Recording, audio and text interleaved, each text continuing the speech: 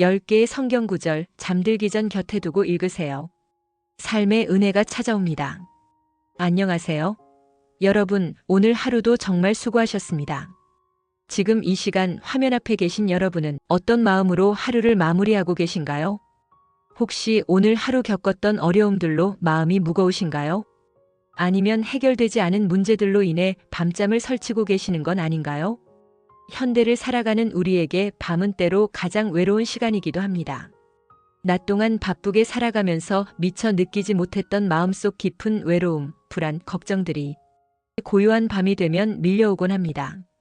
통계에 따르면 현대인의 30% 이상이 불면증으로 고생하고 있다고 합니다. 단순히 잠이 오지 않는 것을 넘어서 마음의 평안을 잃어버린 채 살아가는 분들이 너무도 많습니다. 하지만 오늘 저는 여러분께 특별한 선물을 준비했습니다. 수천 년 동안 무수히 많은 사람들에게 깊은 위로와 평안을 가져다 준 하나님의 말씀. 그 중에서도 특별히 잠들기 전에 읽으면 우리 마음에 참된 안식을 가져다 주는 10개의 성경 구절을 여러분과 나누고 싶습니다. 이 말씀들은 단순한 글자나 문학적 표현이 아닙니다. 성경은 말합니다. 하나님의 말씀은 살아있고 활력이 있어. 좌우의 날선 어떤 검보다도 예리하다고 말이죠. 이 말씀들은 우리의 상처받은 마음을 치유하고 불안한 영혼을 평안하게 하며 지친 몸과 마음에 참된 안식을 가져다주는 놀라운 능력이 있습니다. 오늘 이 시간을 통해 여러분이 하나님의 말씀 안에서 진정한 평안을 발견하시기를 간절히 바랍니다. 그리고 오늘 밤부터 이 말씀들이 여러분의 친구가 되어 매일 밤 깊은 안식과 단잠을 선물해 주기를 기도합니다. 그럼 이제 함께 이 귀한 말씀의 여행을 떠나보겠습니다. 첫 번째 말씀은 마태복음 11장 28절에서 30절입니다. 수고하고 무거운 짐진 자들아 다 내게로 오라. 내가 너희를 쉬게 하리라. 나는 마음이 온유하고 겸손하니 나의 멍에를 메고 나에게 배우라. 그리하면 너희 마음이 쉼을 얻으리니 이는 내 멍에는 쉽고 내 짐은 가벼움이니라. 이 말씀은 예수님께서 직접 하신 말씀 중에서도 가장 따뜻하고 위로가 되는 초대의 말씀입니다. 수고하고 무거운 짐진 자들아라는 표현으로 시작하는 이 말씀을 보면 예수님은 우리의 현실을 정확히 알고 계심을 알 수 있습니다. 우리가 얼마나 수고하며 살아가는지, 얼마나 무거운 짐을 지고 있는지 말입니다. 현대를 살아가는 우리는 정말로 많은 짐을 지고 살아갑니다. 경제적인 부담, 직장에서의 스트레스, 복잡한 인간관계에서 오는 상처, 자녀 교육에 대한 걱정, 건강에 대한 불안, 미래에 대한 두려움. 이런 짐들이 우리 어깨 위에 마음속에 쌓이고 쌓여서 때로는 숨이 막힐 것 같을 때가 있습니다. 특히 밤이 되면 이런 짐들이 더욱 무겁게 느껴집니다. 낮 동안에는 바쁘게 살아가면서 잊고 지낼 수 있었던 것들이 고요한 밤이 되면 하나씩 떠오르면서 우리를 괴롭힙니다. 그런데 예수님은 바로 그런 우리를 향해 다 내게로 오라고 말씀하십니다. 여기서 다라는 말에 주목해 보세요. 모든 사람, 어떤 상황에 있는 사람이든지 어떤 짐을 지고 있는 사람이든지 다 오라고 하시며 예외가 없습니다. 내게로 오라는 것은 명령이 아니라 초대입니다. 강제로 끌고 오라는 것이 아니라 사랑으로 초대하시는 것입니다. 마치 사랑하는 어머니가 지치고 상처받은 아이를 향해 두 팔을 벌리며 얘야, 엄마에게 오렴 이라고 말하는 것과 같습니다. 내가 너희를 쉬게 하리라는 약속이 뒤따릅니다. 여기서 쉬게 한다는 말의 헬라어 원어는 아나파우오인데 이는 단순히 휴식을 취한다는 의미를 넘어서서 완전한 회복과 새로운 힘을 얻는다는 의미입니다.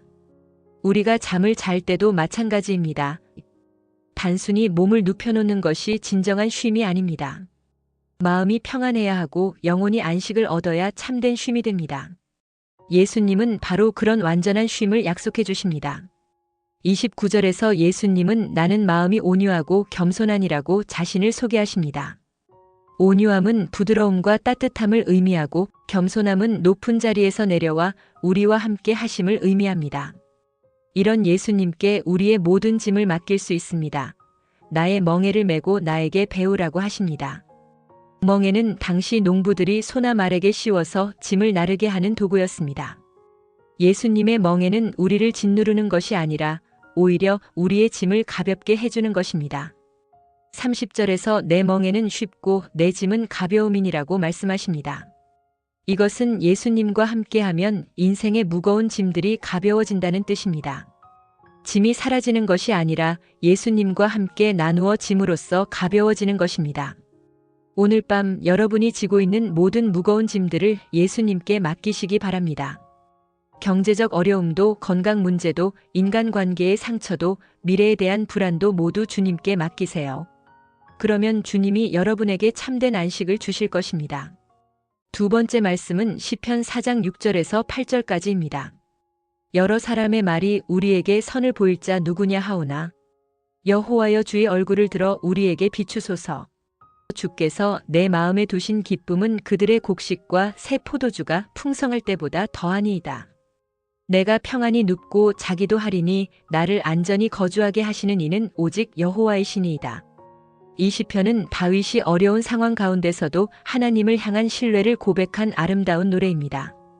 6절을 보면 여러 사람의 말이 우리에게 선을 보일 자 누구냐 하오나라고 시작합니다.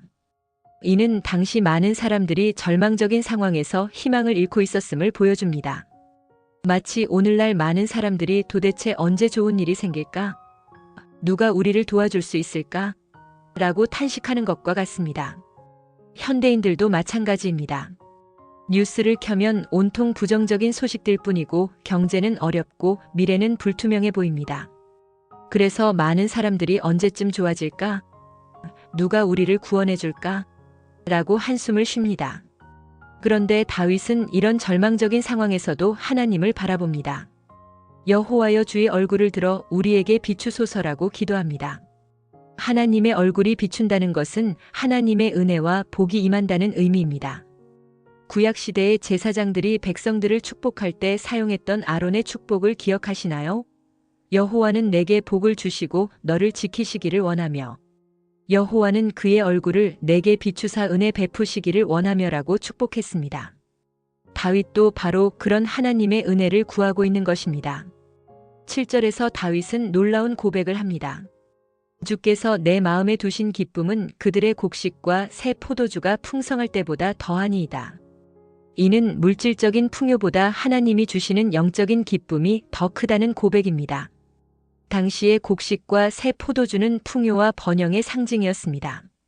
추수철에 곡간이 가득 차고 포도주 창고가 넘쳐날 때의 그 기쁨과 만족감을 상상해 보세요. 그런데 다윗은 하나님이 주시는 기쁨이 그런 물질적 풍요에서 오는 기쁨보다 더 크다고 말합니다. 이것은 우리에게 중요한 교훈을 줍니다. 우리는 종종 외부의 조건들이 좋아져야 행복할 수 있다고 생각합니다. 더 많은 돈, 더 좋은 집, 더 나은 직장, 더 건강한 몸. 이런 것들이 갖춰져야 기쁠 수 있다고 생각합니다. 물론 이런 것들도 중요합니다. 하지만 진정한 기쁨과 만족은 외부 조건에서 오는 것이 아니라 하나님과의 관계에서 옵니다. 하나님을 아는 기쁨, 하나님의 사랑을 경험하는 기쁨, 하나님의 임재를 느끼는 기쁨은 어떤 물질적 풍요도 줄 수 없는 깊고 지속적인 만족을 줍니다. 그리고 드디어 8절에서 오늘 우리가 주목하고자 하는 핵심 말씀이 나옵니다. 내가 평안히 눕고 자기도 하리니 나를 안전히 거주하게 하시는 이는 오직 여호와이시니이다. 이 고백이 나오는 배경을 생각해보면 더욱 놀랍습니다. 다윗이 이 시편을 쓸 당시는 결코 평안한 상황이 아니었습니다. 외부적으로는 적들에게 둘러싸여 있었고 내부적으로는 배반자들 때문에 고통받고 있었습니다. 그런데도 평안히 눕고 자기도 할인이라고 고백합니다. 여기서 평안이라는 말은 히브리어 샬롬에서 나온 말입니다.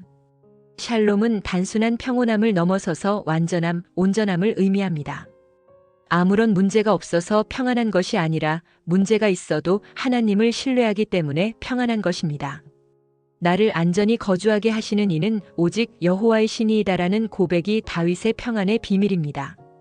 다윗의 평안은 외부 상황에 근거한 것이 아니라 하나님에 대한 절대적 신뢰에 근거한 것입니다. 현대 의학에서도 수면의 질이 우리의 전반적인 건강에 미치는 영향을 강조합니다. 충분하고 질 좋은 수면은 면역력을 높이고 스트레스를 줄이며 정신 건강을 향상시킵니다. 그런데 많은 사람들이 불안과 걱정 때문에 잠을 제대로 이루지 못하고 있습니다. 다윗은 하나님을 신뢰함으로써 이런 불안을 극복했습니다. 아무리 외부 상황이 어렵고 위험해도 하나님이 자신을 지켜주신다는 확신이 있었기에 평안히 잠들 수 있었던 것입니다. 오늘 밤 여러분도 다윗처럼 하나님의 보호하심을 신뢰하며 평안히 잠드시기 바랍니다. 외부 상황이 어떻든 하나님이 여러분을 지키시고 내일 아침 새로운 은혜로 깨워주실 것입니다. 세 번째 말씀은 빌립보서 4장 19절에서 20절입니다. 나의 하나님이 그리스도 예수 안에서 영광 가운데 그 풍성한 대로 너희 모든 쓸 것을 채우시리라. 하나님 곧 우리 아버지께 세세무궁토록 영광이 있을지어다. 아멘. 사도 바울이 빌립보 교회에 보낸 이 말씀은 하나님의 공급하심에 대한 확실한 약속입니다. 그런데 이 약속이 더욱 특별한 이유는 바울이 이 말씀을 어떤 상황에서 썼는지를 알 때입니다. 바울은 이 편지를 로마 감옥에서 썼습니다. 물질적으로는 가장 궁핍한 상황에 있었고 언제 죽을지도 모르는 불안한 상황에 있었습니다. 그런데도 그는 나의 하나님이 너희 모든 쓸 것을 채우시리라고 확신 있게 선포합니다. 먼저 나의 하나님이라는 표현에 주목해 보세요. 바울은 하나님을 추상적이거나 멀리 계신 분으로 여기지 않습니다. 나의 하나님, 즉 개인적이고 친밀한 관계에 있는 하나님으로 고백합니다. 이런 개인적 관계가 있기 때문에 확신 있게 말할 수 있었던 것입니다. 우리가 밤에 잠 못 이루는 이유 중 하나는 부족함에 대한 걱정입니다. 경제적인 필요, 시간의 부족, 능력의 한계, 사랑의 결핍, 건강의 문제. 이런 부족함들이 우리 마음을 불안하게 만들고 밤잠을 설치게 만듭니다. 특히 경제적인 어려움은 현대인들의 가장 큰 스트레스 요인 중 하나입니다. 물가는 계속 오르는데 소득은 그에 비례해서 늘지 않고 자녀 교육비, 의료비, 주거비 등 필수 지출은 점점 늘어만 갑니다.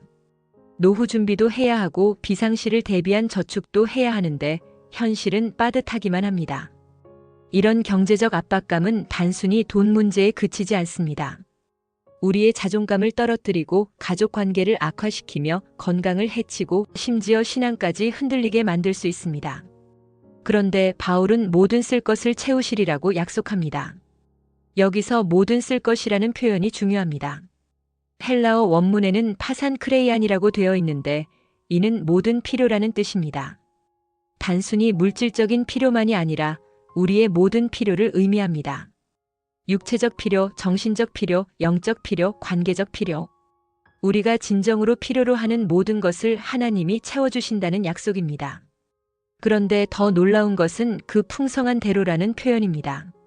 하나님의 풍성함의 기준으로 채워주신다는 뜻입니다.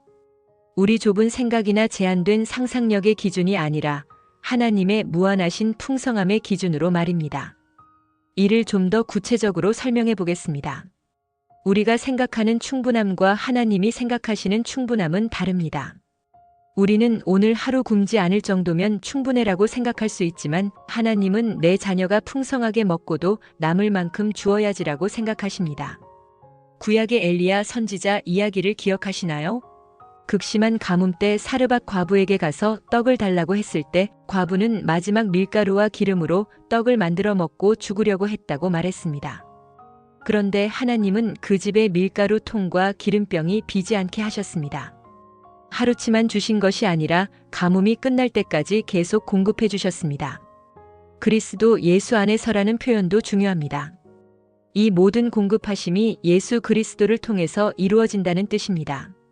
예수님이 우리를 위해 십자가에서 죽으시고 부활하심으로써 우리가 하나님의 자녀가 되었고 그래서 하나님의 모든 복을 받을 자격을 얻게 된 것입니다. 영광 가운데라는 표현은 하나님의 능력과 위엄으로 채워주신다는 뜻입니다. 하나님이 우리의 필요를 채워주시는 것은 단순한 자선이나 동정이 아닙니다. 하나님의 영광이 나타나는 방식이고 하나님의 능력이 드러나는 통로입니다. 바울은 이 약속에 대해 너무나 확신했기 때문에 20절에서 하나님, 곧 우리 아버지께 세세무궁토록 영광이 있을지어다 아멘이라고 찬양으로 마무리합니다.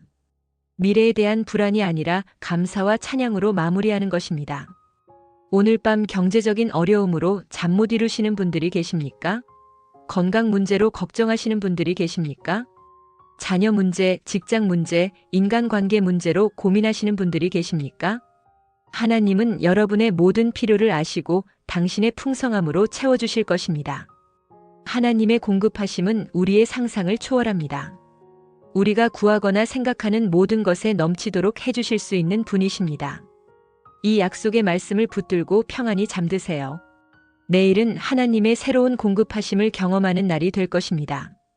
네 번째 말씀은 이사야서 26장 3절에서 4절입니다. 주께서 심지가 견고한 자를 평강의 평강으로 지키시리니 이는 그가 주를 신뢰함이니이다. 너희는 여호와를 영원히 신뢰하라. 주 여호와는 영원한 반석이심이로다. 이 말씀은 선지자 이사야가 하나님의 계시를 받아 기록한 것으로 진정한 평강의 비밀을 알려주는 놀라운 말씀입니다. 먼저 심지가 견고한 자라는 표현을 살펴보겠습니다. 여기서 심지는 히브리어로 예체르인데 이는 생각, 마음의 방향, 의도 등을 의미합니다. 즉 마음의 방향이 하나님을 향해 확고하게 정해진 사람을 말합니다. 바람이 불어도 흔들리지 않는 큰 나무를 생각해 보세요. 그 나무가 흔들리지 않는 이유는 뿌리가 땅 깊숙이 박혀 있기 때문입니다. 마찬가지로 우리의 마음이 하나님께 깊이 뿌리박고 있을 때 어떤 상황에서도 흔들리지 않는 평안을 유지할 수 있습니다. 현대 심리학에서 말하는 마음 챙김과 비슷한 개념이 여기 있습니다. 우리의 마음과 생각을 하나님께 고정시키는 것, 그것이 바로 견고한 심지입니다. 우리 마음은 참으로 변하기 쉽습니다. 아침에는 기분이 좋았다가 점심에 나쁜 소식을 들으면 금세 우울해지고 저녁에 좋은 일이 생기면 다시 기분이 좋아집니다. 주식이 오르면 기뻐했다가 떨어지면 절망하고 건강할 때는 감사했다가 아프면 원망합니다. 이런 마음의 변화는 자연스러운 것입니다. 하지만 문제는 이런 감정의 기복이 너무 클 때입니다. 외부 상황에 따라 하늘과 땅을 오가는 감정의 롤러코스터를 타면서 살면 진정한 평안을 경험할 수 없습니다. 그런데 하나님은 심지가 견고한 자에게는 특별한 복을 약속하십니다. 평강의 평강으로 지키시리니라고 말씀하십니다. 평강의 평강으로라는 표현이 매우 흥미롭습니다. 히브리어 원문에는 샬롬 샬롬으로 되어 있는데 이는 완전하고 지속적인 평강을 의미합니다. 잠깐의 평안이 아니라 영원한 평강, 부분적인 평안이 아니라 전인격적인 평강을 말합니다. 이런 평강은 어디서 오는 것일까요? 바로 다음 구절에서 그 비밀을 알려줍니다. 이는 그가 주를 신뢰함이니이다. 신뢰, 이것이 평강의 열쇠입니다. 히브리어로 바타흐인데 이는 의지하다, 안전하게 쉬다, 확신하다는 의미입니다. 마치 어린아이가 아버지 품에서 완전히 몸을 맡기고 편안히 잠드는 것과 같은 상태입니다. 신뢰와 걱정은 동시에 존재할 수 없습니다. 진정으로 하나님을 신뢰한다면 걱정할 이유가 없고 걱정이 많다면 주님에 대한 신뢰가 부족한 것입니다. 4절에서는 너희는 여호와를 영원히 신뢰하라고 명령하고 있습니다. 이는 이례적인 신뢰가 아니라 지속적인 신뢰를 말합니다. 좋을 때만 신뢰하는 것이 아니라 어려울 때도 신뢰하는 것입니다. 주 여호와는 영원한 반석이심이로다라는 고백이 이어집니다. 반석은 견고함과 안전함의 상징입니다. 폭풍이 몰아쳐도 흔들리지 않고 세월이 흘러도 변하지 않는 것이 반석입니다. 우리 주변의 모든 것은 변합니다. 경제 상황도 변하고 건강도 변하고 인간관계도 변하고 심지어 우리 자신의 마음도 변합니다. 하지만 하나님만은 변하지 않으십니다. 어제나 오늘이나 영원토록 동일하신 분입니다. 이 말씀이 우리의 수면과 어떤 관련이 있을까요? 밤에 잠들기 어려운 이유 중 하나는 마음이 이리저리 흔들리기 때문입니다. 온갖 걱정거리들이 머릿속을 맴돌면서 마음을 불안하게 만듭니다. 내일 회의에서 실수하면 어떻게 하지? 아이가 학교에서 잘 지내고 있을까? 건강검진 결과가 나쁘면 어떻게 하지? 경제 상황이 더 나빠지면 어떻게 하지? 이런 생각들이 꼬리를 물고 이어지면서 잠을 이룰 수 없게 됩니다. 하지만 우리가 마음을 하나님께 고정시키면 다릅니다. 하나님이 내 모든 필요를 아시고 돌보신다. 하나님이 나와 함께 하신다. 하나님이 모든 것을 합력하여 선을 이루신다. 이런 진리에 마음을 고정시키면 평안이 찾아옵니다. 실제로 인지행동치료에서도 이와 비슷한 원리를 사용합니다. 부정적이고 불안한 생각들을 긍정적이고 현실적인 생각으로 바꾸는 것입니다. 성경적 묵상은 이보다 한층 더 차원 높은 차원에서 우리의 생각을 변화시킵니다. 오늘 밤 잠들기 전 여러분의 마음을 하나님께 고정시켜 보세요. 하루 종일 여기저기 흩어졌던 생각들을 거두어 하나님께 집중해 보세요. 영원한 반석이신 하나님을 신뢰하며 마음의 닻을 그분께 내려보세요. 그러면 하나님이 여러분에게 평강의 평강으로 지키실 것입니다. 5번째 말씀은 마태복음 6장 25절에서 26절입니다. 그러므로 내가 너희에게 이르노니 목숨을 위하여 무엇을 먹을까, 무엇을 마실까, 몸을 위하여 무엇을 입을까 염려하지 말라. 목숨이 음식보다 중하지 아니하며 몸이 의복보다 중하지 아니하냐. 공중의 새를 보라. 심지도 않고 거두지도 않고 창고에 모아들이지도 아니하되 너희 하늘 아버지께서 기르시나니 너희는 이것들보다 귀하지 아니하냐. 이 말씀은 예수님이 산상수훈에서 하신 말씀 중 하나로 염려와 걱정에 대한 가장 명확하고 위로가 되는 가르침입니다.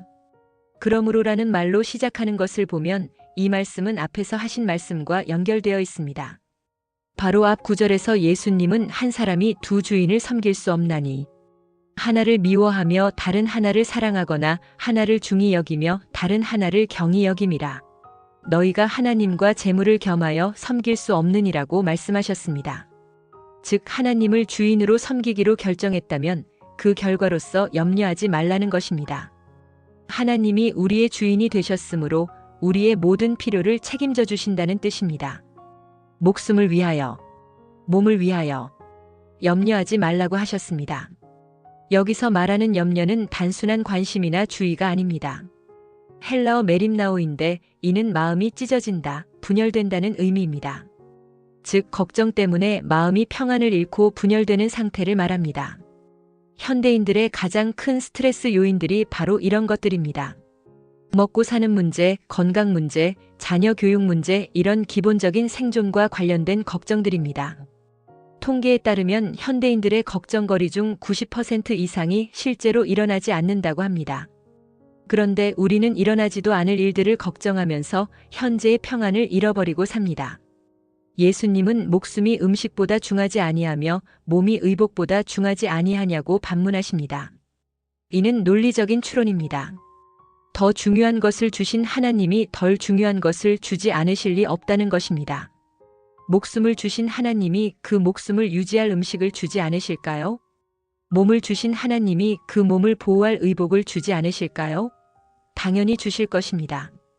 그리고 예수님은 자연계의 예를 드십니다. 공중의 새를 보라. 새들을 관찰해 본 적이 있으신가요? 그들은 내일 먹을 것을 걱정하며 밤잠을 설치지 않습니다. 창고에 곡식을 쌓아두지도 않습니다. 그런데도 매일 필요한 먹이를 찾아 만족하며 살아갑니다.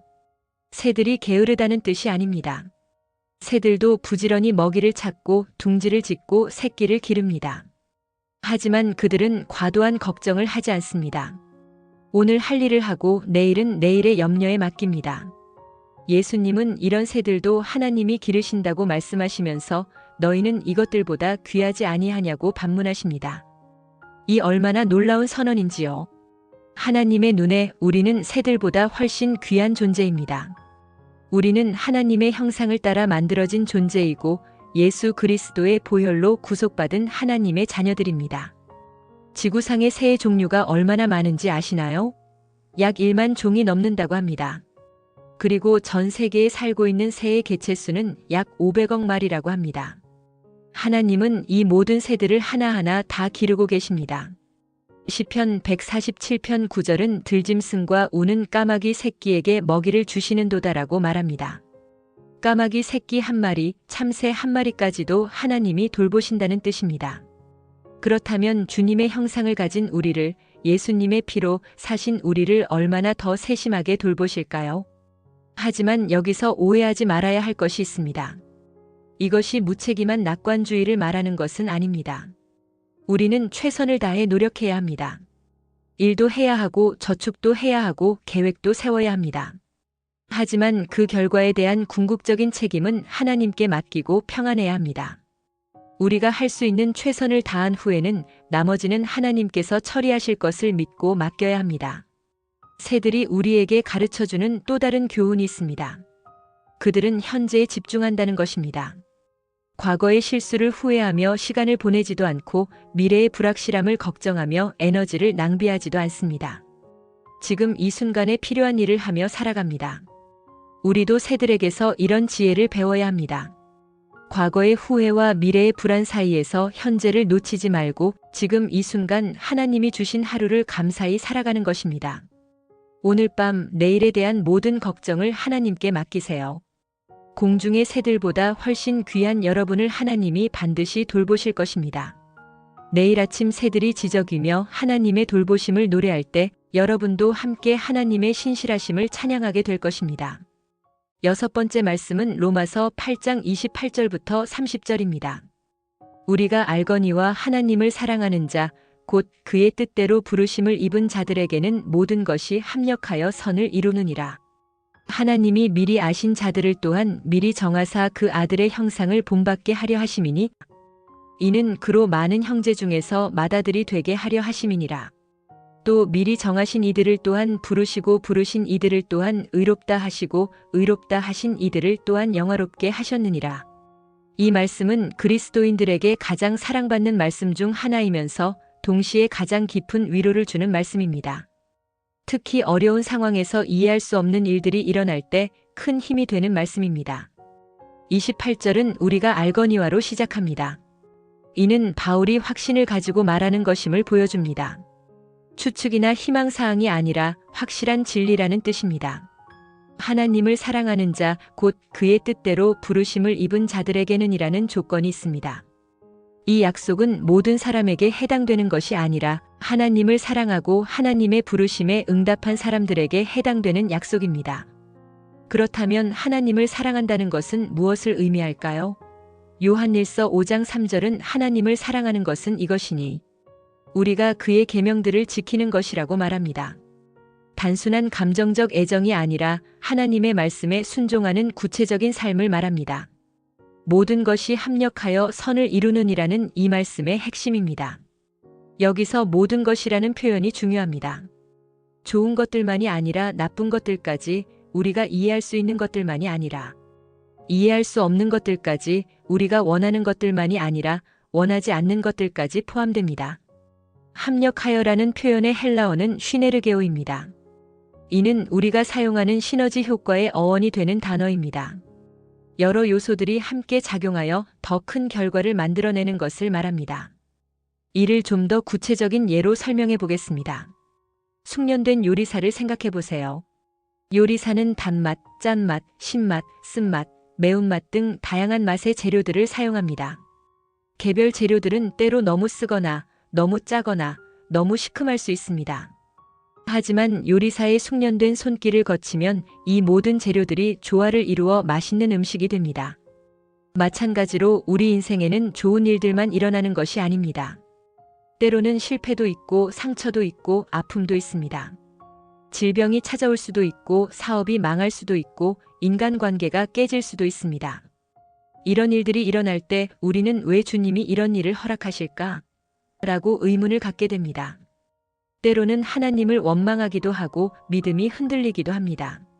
하지만 하나님은 이 모든 것들, 심지어 나쁜 것들까지도 사용하셔서 우리에게 선을 이루어 주신다는 것입니다. 하나님의 관점에서 보면 우리 인생의 모든 사건들이 하나의 큰 그림을 그려가는 과정입니다. 구약의 요셉 이야기가 좋은 예입니다. 요셉은 형들에게 미움을 받아 애굽의 노예로 팔려갔습니다. 애굽에서도 억울하게 감옥에 갇혔습니다. 인간적으로 보면 너무나 억울하고 불행한 일들의 연속이었습니다. 하지만 나중에 보니 이 모든 과정이 하나님의 계획 안에 있었습니다. 요셉이 애굽의 총리가 되어 7년 기근 때 자신의 가족들과 무수히 많은 사람들을 살릴 수 있었던 것입니다. 요셉은 자신을 해친 형들에게 당신들은 나를 해하려 하였으나 하나님은 그것을 선으로 바꾸사 오늘과 같이 많은 백성의 생명을 구원하게 하시려 하셨나니라고 말했습니다. 29절에서 30절은 하나님의 구원 계획의 전체적인 그림을 보여줍니다. 미리 아신 자들을 미리 정하사 부르시고 의롭다 하시고 영화롭게 하셨느니라. 이는 하나님의 구원이 우연이 아니라 영원전부터 계획되었음을 보여줍니다.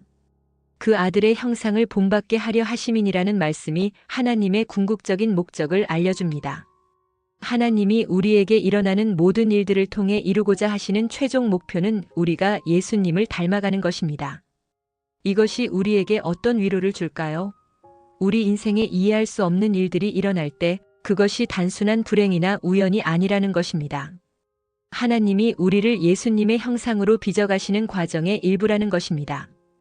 도자기가 만들어지는 과정을 생각해 보세요.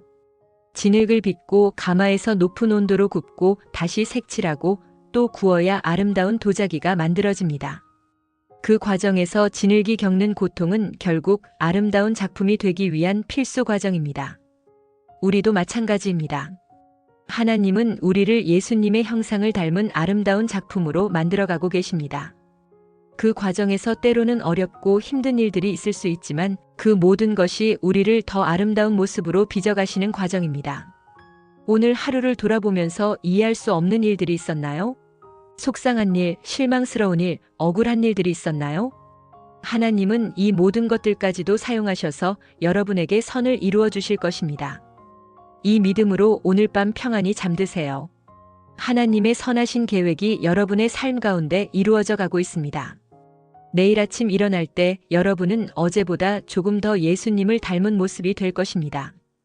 7번째 말씀은 시편 23편 1절부터 6절까지입니다.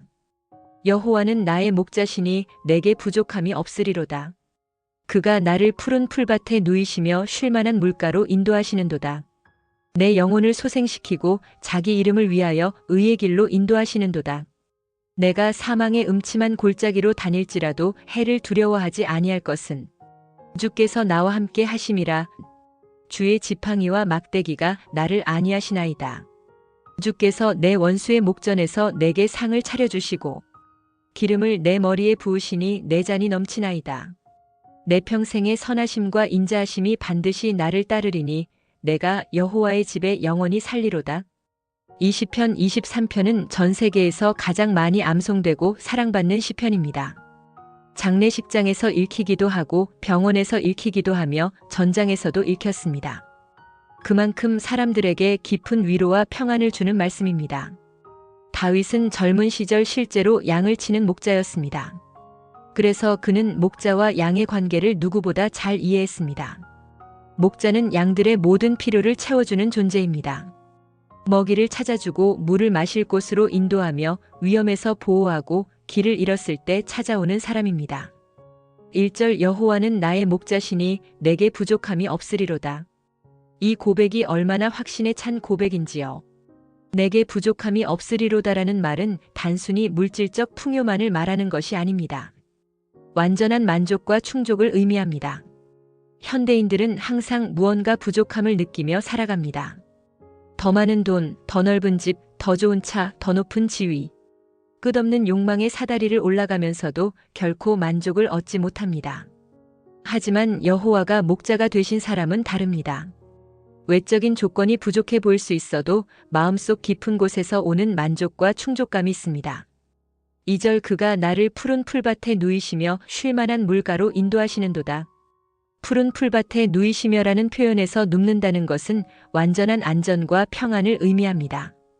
양들은 위험을 감지하면 절대 눕지 않습니다. 완전히 안전하다고 느낄 때만 편안히 누워 쉽니다.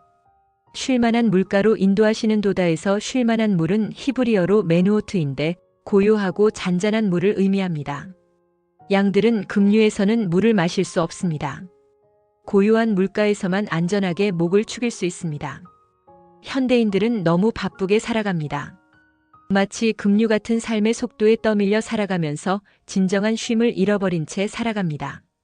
그런 우리에게 하나님은 푸른 풀밭과 쉴만한 물가로 인도해 주신다고 약속하십니다. 3절 내 영혼을 소생시키시고 자기 이름을 위하여 의의 길로 인도하시는도다. 내 영혼을 소생시키시고라는 말씀이 중요합니다. 우리는 때로 영적으로 지치고 메말라갑니다. 신앙이 형식적이 되고 기도가 입에서만 맴돌고 성경 읽기가 의무감으로만 느껴집니다. 이럴 때 우리에게 필요한 것이 영혼의 소생입니다. 하나님은 우리의 영혼을 다시 살려주시고 의의 길로 인도해 주십니다. 자기 이름을 위하여라는 표현은 하나님의 명예가 걸린 일이라는 뜻입니다. 하나님은 당신의 양들을 잘 돌보심으로써 선한 목자로서의 명성을 지키십니다. 4절 내가 사망의 음침한 골짜기로 다닐지라도 해를 두려워하지 아니할 것은 주께서 나와 함께 하심이라. 주의 지팡이와 막대기가 나를 안위하시나이다. 이 구절이 시편 23편의 절정입니다. 사망의 음침한 골짜기는 인생의 가장 어둡고 절망적인 순간들을 가리킵니다. 질병, 실패, 상실, 배신. 우리 인생에는 이런 어두운 골짜기들이 있습니다. 그런데 다윗은 해를 두려워하지 아니할 것은이라고 고백합니다. 두려워하지 않는 이유는 상황이 좋기 때문이 아닙니다. 주께서 나와 함께 하심이라는 확신 때문입니다. 주의 지팡이와 막대기는 목자의 도구들입니다. 지팡이는 양들을 인도하고 막대기는 위험한 짐승들로부터 양들을 보호하는 도구입니다. 이것들이 양들에게는 안위가 됩니다. 5절 주께서 내 원수의 목전에서 내게 상을 차려주시고 기름을 내 머리에 부으시니 내 잔이 넘치나이다. 여기서 배경이 바뀝니다. 목자와 양의 관계에서 주인과 손님의 관계로 바뀝니다. 하나님이 우리를 귀한 손님으로 대접해 주신다는 뜻입니다. 내 원수의 목전에 서라는 표현이 흥미롭습니다. 원수들이 보는 앞에서 하나님이 우리에게 상을 차려주신다는 것입니다. 이는 하나님의 보호와 축복이 얼마나 확실한지를 보여줍니다. 내 잔이 넘치나이다는 풍성한 축복을 의미합니다. 잔에 물을 따를 때 가득 채우는 것도 좋지만 넘치도록 부어주는 것은 특별한 환대의 표현입니다.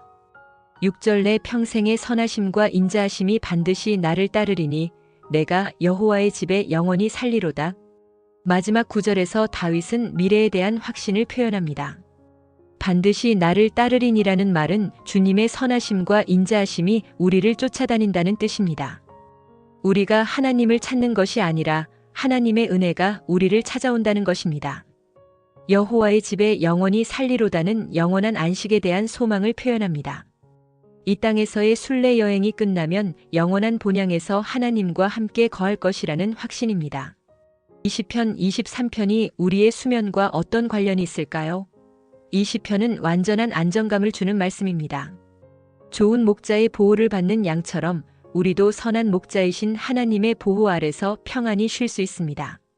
밤은 때로 우리의 불안을 증폭시킵니다. 어둠 속에서 온갖 부정적인 생각들이 머리를 스쳐 지나갑니다. 하지만 우리에게는 선한 목자가 계십니다. 사망의 음침한 골짜기를 지날 때도 함께 해주시는 하나님이 계십니다. 오늘 밤 여러분을 푸른 풀밭에 누이시는 주님을 묵상해 보세요. 급한 마음을 내려놓고 선한 목자이신 하나님께서 주시는 평안 속에서 깊은 잠에 빠져드세요. 여호와가 여러분의 목자이시니 부족함이 없을 것입니다. 8번째 말씀은 요한복음 14장 27절입니다. 평안을 너희에게 끼치노니 곧 나의 평안을 너희에게 주노라. 내가 너희에게 주는 것은 세상이 주는 것과 같지 아니하니라. 너희는 마음에 근심하지도 말고 두려워하지도 말라. 이 말씀은 예수님이 십자가에 달리시기 전날 밤 제자들과 마지막 만찬을 나누시면서 하신 말씀입니다. 제자들의 마음이 불안하고 두려움에 가득했을 바로 그 순간에 하신 말씀이기에 더욱 특별합니다. 그 상황을 좀 더 자세히 살펴보겠습니다. 예수님은 제자들에게 자신이 곧 떠날 것이라고 말씀하셨습니다. 3년 동안 함께 생활하며 의지해왔던 스승과의 이별에 제자들의 마음은 얼마나 불안했을까요? 더욱이 예수님은 제자들 중 한 명이 자신을 배반할 것이라고 말씀하셨고 베드로는 예수님을 3번 부인할 것이라고 예언하셨습니다. 제자들의 마음은 혼란과 두려움으로 가득했을 것입니다. 바로 그런 상황에서 예수님은 평안을 너희에게 끼치노니라고 말씀하십니다. 끼친다는 것은 유산으로 물려준다는 의미입니다. 예수님이 우리에게 남겨주시는 가장 귀한 유산이 바로 평안입니다. 세상의 부모들은 자녀들에게 재산을 유산으로 남겨줍니다. 집, 땅, 돈, 보석. 이런 물질적인 것들을 물려주려고 노력합니다. 하지만 예수님이 우리에게 남겨주시는 유산은 평안입니다. 곧 나의 평안을 너희에게 주노라는 표현이 중요합니다. 예수님 자신이 경험하신 그 평안을 우리에게 주신다는 뜻입니다. 예수님은 어떤 평안을 가지고 계셨을까요? 예수님은 십자가를 앞두고도 평안하셨습니다. 온갖 고난과 고통을 당하시면서도 흔들리지 않는 내적 평안을 가지고 계셨습니다. 겟세마네 동산에서 내 아버지여 만일 할만하시거든 이 잔을 내게서 지나가게 하옵소서. 그러나 나의 원대로 마시옵고 아버지의 원대로 하옵소서라고 기도하시며 하나님의 뜻에 순복하셨습니다. 십자가 위에서도 아버지 저들을 사하여 주옵소서 자기들이 하는 것을 알지 못함이니이다라고 기도하시며 마지막 순간에는 아버지 내 영혼을 아버지 손에 부탁하나이다라고 평안히 운명하셨습니다. 이런 평안이 어떻게 가능했을까요? 예수님은 하나님과 완전한 교제 가운데 계셨기 때문입니다. 외부 상황이 아무리 어려워도 하나님과의 관계는 변함이 없었기 때문에 평안하실 수 있었던 것입니다. 내가 너희에게 주는 것은 세상이 주는 것과 같지 아니하니라는 말씀도 주목해 보세요. 세상이 주는 평안과 예수님이 주시는 평안의 차이를 분명히 하고 계십니다. 세상이 주는 평안은 어떤 것일까요? 첫째, 조건부 평안입니다. 모든 것이 잘 될 때만 평안하고 문제가 생기면 곧 사라집니다. 건강할 때는 평안하지만 아프면 불안해지고 돈이 있을 때는 평안하지만 경제적 어려움이 오면 초조해집니다. 둘째, 일시적 평안입니다. 잠깐 동안만 지속되고 금세 사라집니다. 여행을 다녀오거나 좋은 음식을 먹거나 쇼핑을 하거나 오락을 즐길 때는 잠깐 평안함을 느끼지만 그것도 오래가지 않습니다. 셋째, 표면적 평안입니다. 겉으로는 평안해 보이지만 마음 깊은 곳의 불안과 두려움을 근본적으로 해결해 주지는 못합니다. 하지만 예수님이 주시는 평안은 다릅니다. 첫째, 무조건적 평안입니다. 환경과 상관없이 지속되는 평안입니다. 폭풍 속에서도 흔들리지 않는 평안입니다. 둘째, 영구적 평안입니다. 한 번 받으면 영원히 지속되는 평안입니다. 물론 우리의 연약함으로 인해 때로는 그 평안을 잃어버린 것처럼 느낄 수도 있지만 근본적으로는 변하지 않는 평안입니다. 셋째, 근본적 평안입니다. 마음 깊은 곳에서 오는 평안입니다. 죄 문제가 해결되고 하나님과 화목하게 되었기 때문에 누릴 수 있는 근본적인 평안입니다. 너희는 마음에 근심하지도 말고 두려워하지도 말라는 명령이면서 동시에 약속입니다. 예수님이 주시는 평안 안에서는 근심과 두려움이 설 자리가 없기 때문입니다. 여기서 근심과 두려움의 차이를 살펴보겠습니다. 근심은 주로 과거나 현재의 문제들로 인해 생기는 감정이고 두려움은 주로 미래에 대한 불안에서 오는 감정입니다. 과거의 실수, 현재의 어려움, 미래의 불확실함. 이 모든 것들이 우리의 마음을 괴롭힙니다. 특히 밤이 되면 이런 생각들이 더욱 증폭되어 잠을 이룰 수 없게 만듭니다. 하지만 예수님의 평안 안에서는 이런 근심과 두려움을 이길 수 있습니다. 과거의 실수는 예수님의 용서로 깨끗해졌고 현재의 어려움은 예수님이 함께 감당해 주시며 미래의 불확실함은 예수님이 책임져 주십니다. 현대의학에서도 마음의 평안이 신체 건강에 미치는 긍정적인 영향을 인정하고 있습니다. 평안한 마음은 면역력을 높이고 혈압을 낮추며 수면의 질을 향상시킵니다. 오늘 밤 여러분의 마음에 어떤 근심과 두려움이 있나요? 과거의 후회, 현재의 문제, 미래의 불안. 모든 것을 예수님께 맡기고 그분이 주시는 참된 평안을 받으세요. 세상이 줄 수 없는 깊은 평안, 환경에 좌우되지 않는 진정한 평안을 경험하시기 바랍니다. 예수님의 평안이 여러분의 마음과 생각을 지키실 것입니다. 9번째 말씀은 시편 121편 1절에서 8절입니다. 내가 산을 향하여 눈을 들리라. 나의 도움이 어디서 올까? 나의 도움은 천지를 지으신 여호와에게서로다. 여호와께서 너로 실족하지 않게 하시며 너를 지키시는 이가 졸지 아니하시리로다. 이스라엘을 지키시는 이는 졸지도 아니하고 자지도 아니하시리로다. 여호와는 너를 지키시는 이시라. 여호와께서 내 우편에서 내 그늘이 되시나니 낮에 해가 너를 상하게 하지 아니하며 밤의 달도 너를 해하지 아니하리로다. 여호와께서 너를 지켜 모든 환난을 면하게 하시며 또 내 영혼을 지키시리로다. 여호와께서 너의 출입을 지금부터 영원까지 지키시리로다. 이 시편은 성전에 올라가는 노래 중 하나입니다. 이스라엘 백성들이 예루살렘 성전을 향해 순례길에 오르며 부른 노래입니다. 길고 험한 여행길에서 하나님의 보호하심을 구하는 기도이면서 동시에 하나님의 신실하신 돌보심에 대한 확신을 표현한 노래입니다. 1절에서 2절 말씀, 내가 산을 향하여 눈을 들리라. 나의 도움이 어디서 올까? 나의 도움은 천지를 지으신 여호와에게서로다. 산을 향하여 눈을 들리라는 것은 예루살렘을 향해 눈을 드는 것을 의미합니다.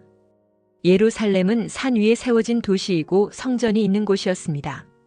하지만 여기서 중요한 것은 단순히 지리적인 산이 아니라 그 산 너머에 계신 하나님을 바라보는 것입니다. 나의 도움이 어디서 올까라는 질문은 수사적 질문입니다. 이미 답을 알고 있지만 확신을 더하기 위해 묻는 질문입니다. 나의 도움은 천지를 지으신 여호와에게서로다라는 대답이 이어집니다. 여기서 천지를 지으신이라는 표현이 중요합니다. 하나님이 단순히 능력 있는 분이 아니라 온 우주를 창조하신 전능하신 분이라는 뜻입니다. 우리가 어려움에 처했을 때 도움을 구할 곳은 많습니다. 가족, 친구, 의사, 변호사, 상담사. 이런 사람들의 도움도 소중하고 필요합니다. 하지만 궁극적인 도움은 천지를 지으신 하나님에게서 옵니다. 3절에서 4절, 여호와께서 너로 실족하지 않게 하시며 너를 지키시는 이가 졸지 아니하시리로다. 이스라엘을 지키시는 이는 졸지도 아니하고 자지도 아니하시리로다. 실족하지 않게 하시며라는 말씀은 단지 넘어지지 않게 한다는 물리적 의미를 넘어서서 인생의 길에서 잘못된 길로 빠지지 않도록 인도하신다는 의미입니다. 너를 지키시는 이가 졸지 아니하시리로다는 말씀이 얼마나 위로가 되는지요. 우리는 밤에 잠을 자야 하는 연약한 존재입니다. 잠들어 있는 동안에는 무력하고 방어할 수 없는 상태가 됩니다. 그래서 불안할 수 있습니다. 하지만 하나님은 졸지도 않으시고 자지도 않으십니다. 우리가 잠들어 있는 동안에도 하나님은 깨어 계셔서 우리를 지켜주십니다. 24시간 내내 쉬지 않고 우리를 보호해 주시는 분입니다. 고대 근동 지역의 다른 종교들에서는 신들도 잠을 잔다고 믿었습니다. 그래서 위급할 때 신이 잠들어 있으면 도움을 받을 수 없다고 생각했습니다. 엘리야가 바알 선지자들과 갈멜산에서 대결할 때 바알 선지자들이 바알이 잠이 들었나 보다 라고 말하는 장면이 나오는 것도 이런 배경 때문입니다. 하지만 성경의 하나님은 다르십니다. 절대 졸지도 자지도 않으시는 분입니다. 이것이 우리에게 얼마나 큰 위로가 됩니까? 5절에서 6절, 여호와는 너를 지키시는 이시라. 여호와께서 내 우편에서 내 그늘이 되시나니 낮에 해가 너를 상하게 하지 아니하며 밤의 달도 너를 해하지 아니하리로다. 내 우편에 서라는 표현은 가장 가까운 곳에 계신다는 뜻입니다. 오른쪽은 보통 가장 중요하고 명예로운 자리입니다. 하나님이 우리의 오른편에서 함께 하신다는 것은 우리를 가장 소중히 여기신다는 뜻입니다. 내 그늘이 되시나니라는 표현은 사막 지역에서는 매우 중요한 의미를 갖습니다.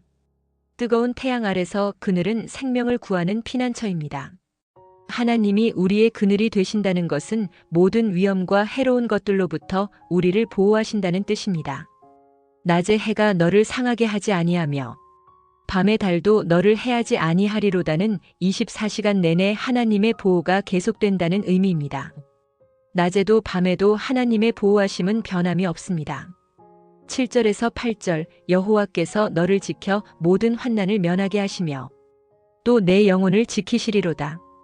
여호와께서 너의 출입을 지금부터 영원까지 지키시리로다. 모든 환난을 면하게 하시며라는 약속이 있습니다. 여기서 중요한 것은 하나님이 우리를 모든 환난에서 면하게 해주신다고 해서 우리에게 절대 어려움이 없다는 뜻은 아니라는 것입니다. 이 약속의 의미는 하나님이 우리와 함께 하셔서 환난 중에서도 우리를 지켜주시고 환난이 우리를 해하지 못하게 하신다는 뜻입니다. 다니엘의 세 친구가 풀무불에 던져졌지만 털 하나 타지 않았고 다니엘이 사자굴에 던져졌지만 사자가 입을 벌리지 못했던 것처럼 말입니다. 또 내 영혼을 지키시리로다는 육체적 보호를 넘어서서 영적 보호까지 약속하는 말씀입니다. 우리의 영혼, 즉 우리의 정체성과 인격과 신앙을 지켜주신다는 뜻입니다. 너의 출입을 지금부터 영원까지 지키시리로다는 이 보호하심이 영원하다는 약속입니다. 출입은 우리의 모든 일상생활을 의미합니다. 집에서 나갈 때와 들어올 때, 직장에 갈 때와 집에 돌아올 때 모든 순간순간을 하나님이 지켜주신다는 뜻입니다. 현대의 부모들은 아이가 잠든 후에도 아이 방을 몇 번씩 들여다봅니다. 잘 자고 있는지, 이불을 잘 덮고 있는지, 아픈 곳은 없는지 확인합니다. 하나님도 마찬가지입니다. 아니, 그보다 훨씬 더 세심하게 우리를 돌보십니다. CCTV나 보안 시스템이 24시간 우리 집을 지켜주듯이 하나님은 항상 우리를 지켜주십니다. 아니, 그보다 훨씬 더 완벽하게 지켜주십니다. 오늘 밤 잠들 때 하나님이 여러분을 지켜보고 계시다는 것을 기억하세요. 졸지도 않으시고 자지도 않으시는 하나님이 여러분을 지켜주실 것입니다. 안전하게 잠들고 평안히 쉬세요. 내일 아침까지, 아니 영원까지 하나님의 보호하심이 여러분과 함께 할 것입니다. 10번째 말씀은 잠언 3장 21절부터 26절입니다. 내 아들아, 완전한 지혜와 근신을 지키고 내 눈앞에서 떠나게 하지 말라. 그것이 내 영혼의 생명이 되며 내 목의 장식이 되리라. 내가 길을 행할 때에 안전하겠고 발이 거치지 아니할 것이며 내가 누울 때에 두려워하지 아니하며 누운즉 내 잠이 달리로다. 너는 갑작스러운 두려움도 악인의 멸망이 임할 때에도 두려워하지 말라. 대저 여호와는 너의 의지할 바가 되시며 내 발을 지켜 걸리지 않게 하시리라. 솔로몬이 지혜의 말씀으로 남긴 이 잠언은 하나님을 경외하며 지혜롭게 사는 사람들에게 주어지는 축복에 대한 약속입니다. 특히 24절의 말씀은 우리가 오늘 함께 나누고 있는 주제와 직접적으로 연결되는 귀한 말씀입니다. 21절부터 23절, 내 아들아, 완전한 지혜와 근신을 지키고 내 눈앞에서 떠나게 하지 말라. 그것이 내 영혼의 생명이 되며 내 목의 장식이 되리라. 내가 길을 행할 때에 안전하겠고 발이 거치지 아니할 것이며. 솔로몬은 먼저 지혜와 근신의 중요성을 강조합니다. 완전한 지혜는 하나님을 경외하는 것에서 시작되는 참된 지혜를 말합니다. 근신은 신중함과 분별력을 의미합니다. 이런 지혜와 근신을 내 눈앞에서 떠나게 하지 말라고 당부합니다. 즉, 항상 기억하고 실천하라는 뜻입니다. 지혜는 한 번 얻으면 끝나는 것이 아니라 지속적으로 추구하고 실천해야 하는 것입니다. 내 영혼의 생명이 되며라는 표현은 지혜가 단순한 지식이 아닌 우리의 영적 생명력이 된다는 뜻입니다. 내 목의 장식이 되리라는 지혜가 우리를 아름답고 품위 있게 만들어준다는 의미입니다. 내가 길을 행할 때에 안전하겠고 발이 거치지 아니할 것이며라는 약속이 이어집니다. 지혜롭게 사는 사람은 인생의 길을 걸을 때 안전하고 실수나 실패로 인해 크게 넘어지지 않는다는 뜻입니다. 24절, 내가 누울 때에 두려워하지 아니하며 누운즉 내 잠이 달리로다. 드디어 우리가 주목하고자 하는 핵심 구절이 나옵니다. 누울 때에 두려워하지 아니하며라는 말씀은 밤에 대한 두려움이 없다는 뜻입니다. 어둠에 대한 두려움, 밤에 일어날 수 있는 일들에 대한 염려가 없다는 것입니다. 어린 아이들은 종종 밤을 무서워합니다.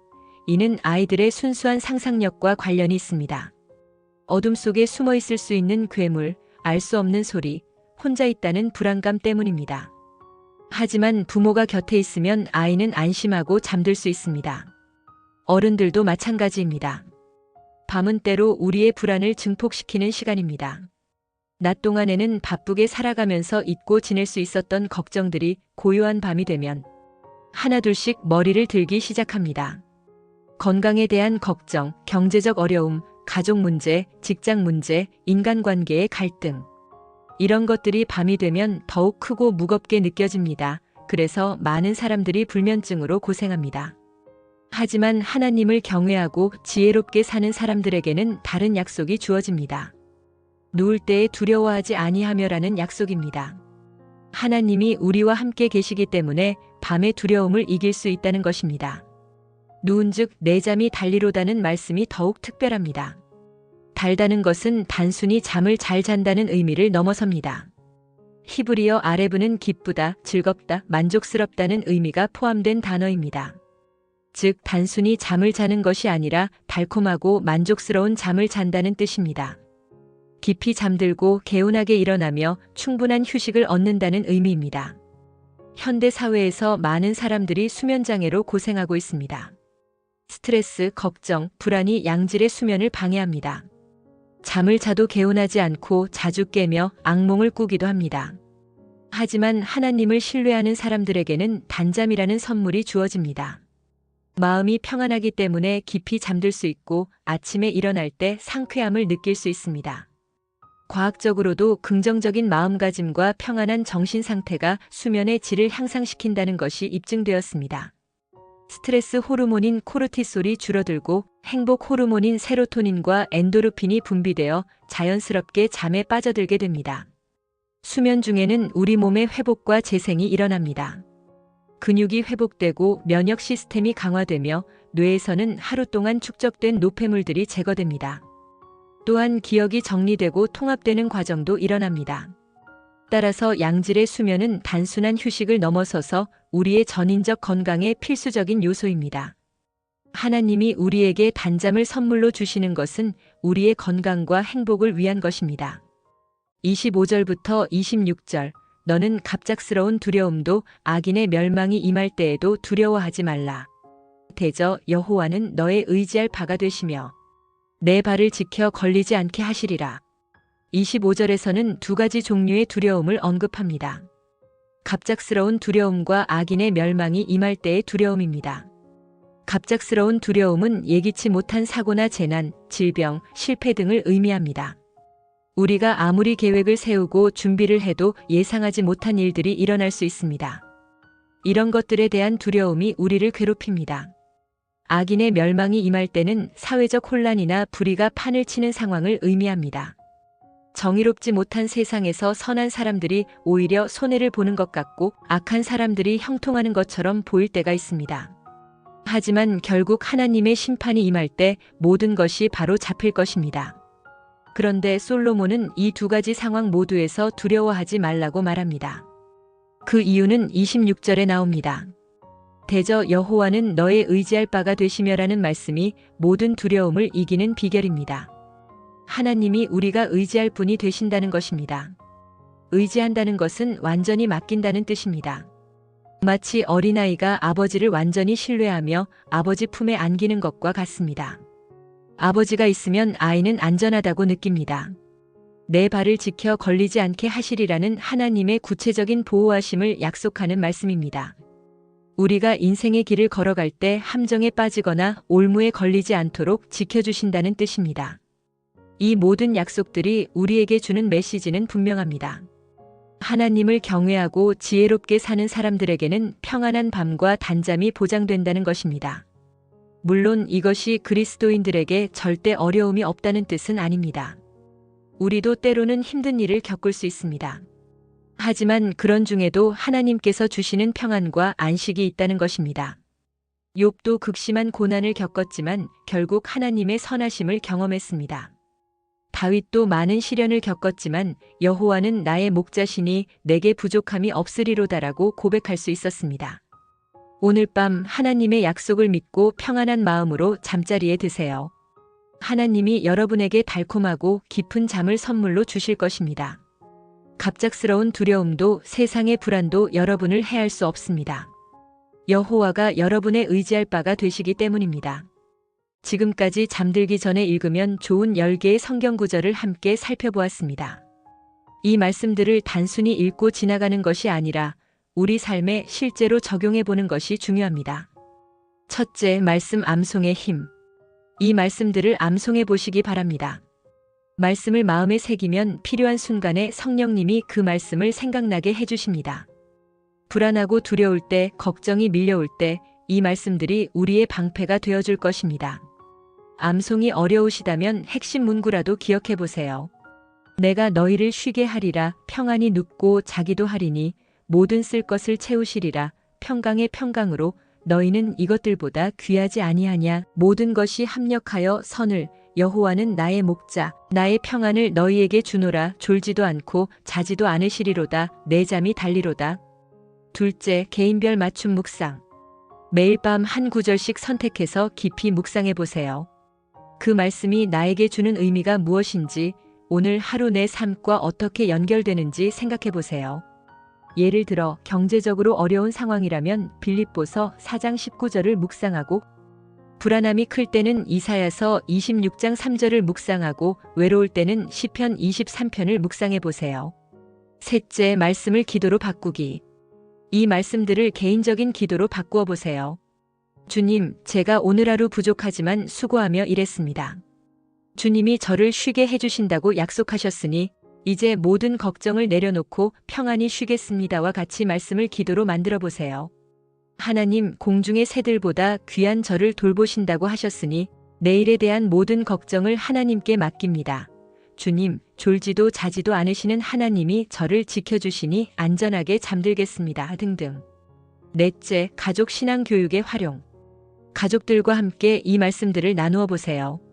특히 어린 자녀가 있다면 잠들기 전 함께 이런 말씀들을 읽고 간단한 기도를 하는 것이 좋은 신앙 교육이 될 것입니다. 아이들이 밤을 무서워할 때 하나님이 졸지도 않고 자지도 않으면서 너를 지켜주신단다 라고 가르쳐 주세요. 아이들이 걱정이 많을 때 공중의 새들도 하나님이 기르시는데 너는 새들보다 훨씬 귀하단다 라고 위로해 주세요. 다섯째, 나눔과 전도의 도구. 힘든 일을 겪고 있는 주변 사람들에게 이 말씀들을 나누어 주세요. 때로는 우리가 전하는 한마디 말씀이 누군가에게는 절망적인 상황을 극복할 수 있는 희망의 빛이 될 수 있습니다. 불신자 친구가 힘들어할 때 성경에 이런 말씀이 있어라고 하면서 자연스럽게 복음을 전할 수 있는 기회가 될 수도 있습니다. 여섯째, 수면 환경 개선. 말씀과 함께 수면 환경도 개선해 보세요. 침실을 정리정돈하고 적절한 온도와 습도를 유지하며 잠들기 전에는 스마트폰이나 TV 시청을 자제하세요. 대신 이런 성경 말씀을 묵상하면서 하루를 마무리하세요. 일곱째, 감사일기 쓰기. 잠들기 전에 하루를 돌아보며 감사한 일들을 3가지씩 적어보세요. 그리고 그 감사와 함께 오늘의 성경 구절을 묵상해 보세요. 감사하는 마음은 평안한 잠을 위한 최고의 준비입니다. 마무리와 축복 기도. 사랑하는 여러분, 긴 시간 함께 해주셔서 감사합니다. 오늘 우리가 함께 나눈 10개의 성경 구절은 단순한 글자가 아닙니다. 하나님의 살아계신 말씀이며 우리의 삶을 변화시키는 능력이 있습니다. 하나님의 약속을 기억하세요. 예수님은 수고하고 무거운 짐진 우리를 쉬게 해주시겠다고 약속하셨습니다.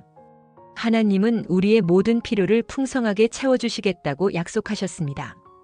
심지가 견고한 자를 평강의 평강으로 지켜주시겠다고 약속하셨습니다.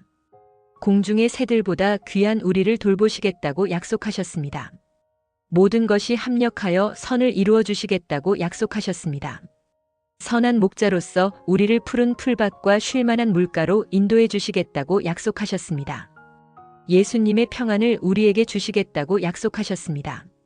졸지도 않고 자지도 않으시면서 우리를 지켜주시겠다고 약속하셨습니다. 우리의 잠을 달게 해주시겠다고 약속하셨습니다. 오늘 밤부터 실천해 보세요. 오늘 밤부터 이 말씀들과 함께 하루를 마무리해 보세요. 스마트폰을 내려놓고 TV를 끄고 하나님의 말씀으로 마음을 채워보세요. 하루의 걱정과 염려를 모두 하나님께 맡기고 평안한 마음으로 잠자리에 드세요.